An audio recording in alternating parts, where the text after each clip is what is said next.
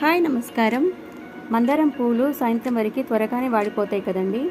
అవి వాడిపోకుండా తాజాగా ఉండాలి అంటే నేను చెప్పే విధంగా చేసి చూడండి. మందారం పూలు తాజాగా ఉంటాయి. మనకి పూజ ఉండే కంటే ముందు రోజు సాయంత్రం మొగ్గలని తెంపుకొని వాటిని ఒక కవర్లో వేసుకొని ఫ్రిడ్జ్లో పెట్టుకోవాలి. మరుసటి రోజు మధ్యాహ్నం 2 లేదా 3 గంటలకి వాటిని ఫ్రిడ్జ్ నుండి తీసుకోవాలి.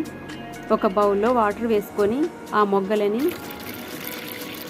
ఆ వాటర్లో వేసుకోవాలి. సాయంత్రం పూజ టైంకి పువ్వులు మొత్తం పూస్తాయి.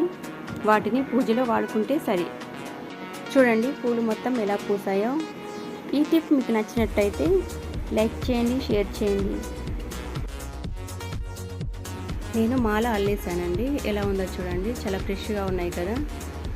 మీకు సాయంత్రం పూజకి కావాలి అనుకుంటే ఇలా చేసి చూడండి.